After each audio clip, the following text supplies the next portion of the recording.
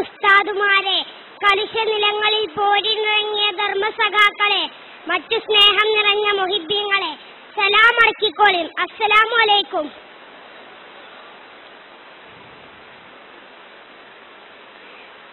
കുറച്ച് ലേറ്റായിട്ടാണെങ്കിലും നമ്മളെ സാഹിത്യോത്സവിന്റെ വേദിയിലാണ് ഞാനും നിങ്ങളും. അല്ല ചങ്ങായിമാരെ, സബ് ജൂനിയർ എന്ന് പറഞ്ഞ 4ാം ക്ലാസ് വരെ അല്ലേ? എന്നാ അതിന്റെ ലാസ്റ്റ് ചാൻസ് ആണ്. ചിന്തിച്ചിട്ടൊരു മന്ദപ്പ്. ഒരീസം സ്കൂളിൽ കളിച്ചാൻ വിട്ടപ്പം ഞാനും എന്റെ ചങ്ങായിമാരും റബ്ബറും തോട്ടത്തിലൂടെ ഇങ്ങനെ നടക്കേന്. അപ്പണ്ട് അവിടെ ഇവിടെ ആയിട്ട് ആൺകുട്ടികളും പെൺകുട്ടികളും യാതൊരു എളുപ്പമില്ല ഷൊർച്ചിങ്ങനെ നടക്കണ്. എന്തൊരു കഥ! നമ്മളെ ജാതിക്കാരനെ ഹറാമല്ലേ കൂട്ടരെ? ഇത് കണ്ടപ്പോഴാ ഈ കഥ ഓർമ്മ വന്നത്. ഫളിലുല്ലാഹിന്റെ ചരിത്രം ഭയങ്കര ഗ്ലാമറേനി മൂപ്പര്. ഇന്നത്തെ സിനിമാ നടന്മാരെ ആനച്ചന്തമല്ല. പിന്നെ മുത്തുനബി ചൊർക്കിൽ സർട്ടിഫിക്കറ്റ് കൊടുത്ത ആളാണ്, ചില്ലറക്കാരനല്ല. അതുകൊണ്ട് തന്നെ സ്വഹാബി കുടുങ്ങി. എവിടേക്കിറങ്ങിയാലും മൂപ്പരെ ഒളിഞ്ഞു നോക്കാൻ നല്ല ചൊർക്കുള്ള പെൺകുട്ടികള്.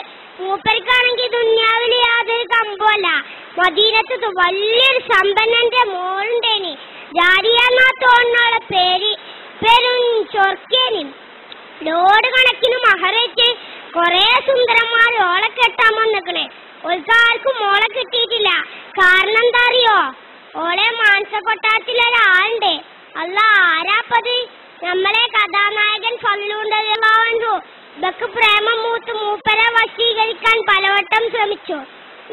മൂപ്പർക്കുണ്ടോ പൂതി? സുബൈക്ക് പള്ളിക്കൊക്കെ പോകുമ്പോ പോലും സ്വൈരം കൊടുക്കൂല. അങ്ങനെ ഇരിക്കുമ്പോഴാണ് ഹജ്ജ് സീസൺ എത്തുന്നത്. പോകണോലൊക്കെ മദീന SISന്റെ അന്നത്തെ ചീഫ് അമീർ സൽമാൻ ഫാരിസ് റളിയല്ലാഹു അൻഹുവിന്റെ അടുത്ത് രജിസ്റ്റർ ചെയ്തു. കൂട്ടത്തിൽ നമ്മളെ ഫളിലൂനും ഉണ്ടേനി. എന്ത് ചെയ്യാനാ? ഈ വിവരം നമ്മളെ ലൈലപ്പെണ്ണറിഞ്ഞു. ഉടനെ പമ്പർന്നോളും ഒപ്പിച്ചൊരു സീറ്റ്. കുറച്ചു ദിവസങ്ങൾക്ക് ശേഷം യാത്ര ആരംഭിച്ചു. രാത്രിയായപ്പം കുറേ ദൂരത്ത് അമീറിന്റെ നേതൃത്വത്തിൽ സംഘം തമ്പടിച്ചു. അപ്പോഴല്ലേ ശല്യം. ഫളിലുവിന്റെ തമ്പിന്റെ അയലോക്കത്തിൽ ഈ പെണ്ണും തമ്പട്ടി. നൗദുബില്ല. രാത്രി എല്ലാരും ഉറങ്ങിയപ്പോഴല്ലേ പുകില് ഈ പെണ്ണ് ഫളിലുവിന്റെ തമ്പിനകത്ത് കയറി പറ്റിയിരിക്കണ്. എന്നിട്ട് മഹാനെ വിളിച്ചുണർത്തി. ഉടനെ, ആരാധി ഈ രാത്രി? ഇത് ഞാനാണ്, നിങ്ങളെ സ്വന്തം ജാരിയ. നിങ്ങളോട് പെരുത്ത് പ്രേമാണ്. നിങ്ങൾ ഞാൻ കെട്ടണം. വേറെ പുതിയാപ്പടനെ ഈ ലൈലാക്ക് വേണ്ട.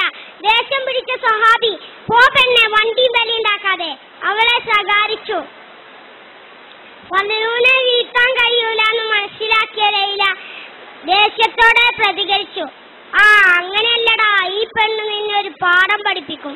പിറ്റേന്ന് നേരം വെളുത്തപ്പോ റെയ്ഡാ അമീറിന്റെ നേതൃത്വത്തിൽ. അല്ലാ, എന്താ അറിയോ? ലൈലാന്റെ വജ്രമാല കളവ് പോയിക്കണല്ലോ. സംഘങ്ങളെ റെയ്ഡ് ചെയ്ത് ഇപ്പം എത്തിക്കുന്നത് ഫളിലുല്ലാഹിന്റെ തമ്പിൽ സൽമാൻ റളിയല്ലാഹു അൻഹു പറഞ്ഞു, നിങ്ങളെ ഞമ്മക്ക് സംശയമല്ല, എന്നാലും റെയ്ഡ് ചെയ്യണല്ലോ. നിങ്ങൾക്ക് കേൾക്കണോ കൂട്ടരെ? മാല കിട്ടി, മൂപ്പരെ പെട്ടീന്ന്. സുബ്ഹാനല്ലാഹ്, ആകെ കോലാഹലം. കൊറേ ആൾക്കാർ മൂപ്പരെ കുറ്റം പറഞ്ഞു. കൊറേ ആൾക്കാർക്ക് വിശ്വസിക്കാനും കഴിഞ്ഞില്ല. പറച്ചോനെ, അന്നന്തിക്ക് ലൈലാന്റെ തമ്പുന്ന ഒരച്ചും പൊളിയും. ഓടി വരണേ, ഇവനെന്നെ അപമാനിക്കുന്നേ. എല്ലാരും പാടെ തുണിന്റെ കോന്തലയും പിടിച്ച് ചാടി വണ്ടി ചെന്നോക്കുമ്പോട്ട് സുബ്ഹാനല്ലാഹ്, ലൈല അല്പോസ്ത്രയായി നിൽക്കുന്നു. പരിസരത്ത് ഫളിലുല്ലാഹു ജനം വാമായി പിടിച്ചു കെട്ടളായി കള്ളശേഖനെ. കണ്ടാ ഭയങ്കര സൂപ്യ. 2 മഹാകുറ്റങ്ങളായി ഇവൻ ചെയ്തു കൂട്ടിയെ. സുബ്ഹാനല്ലാഹ്, ആകെ കോലാഹലം. എന്ത് ചെയ്യും? സൽമാൻ റളിയല്ലാഹു അൻഹു ആകെ കൊയങ്ങി.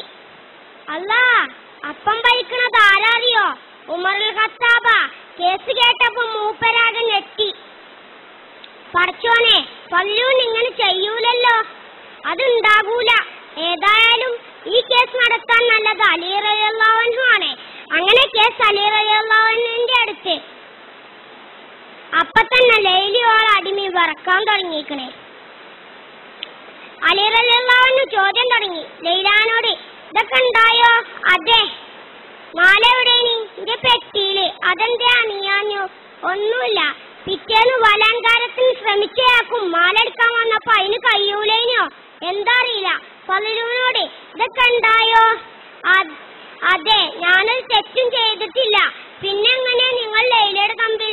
അല്ലാഹു ആലം. ചെന്ത് ചെയ്യും റബ്ബ് എങ്ങനെയായാലും. ഉടനെ അലി റളിയല്ലാഹു അൻഹു ലൈലാന്റെ അടിമനെ വിളിച്ചു. ഇവനാണെങ്കിൽ കിടുകിടാ വറക്കുണ്ട് ട്ടോ. പറയടാ, എന്തുണ്ടായി? പറയാമേ, എന്റെ യജമാനത്തി പറഞ്ഞത് കളവാണ്.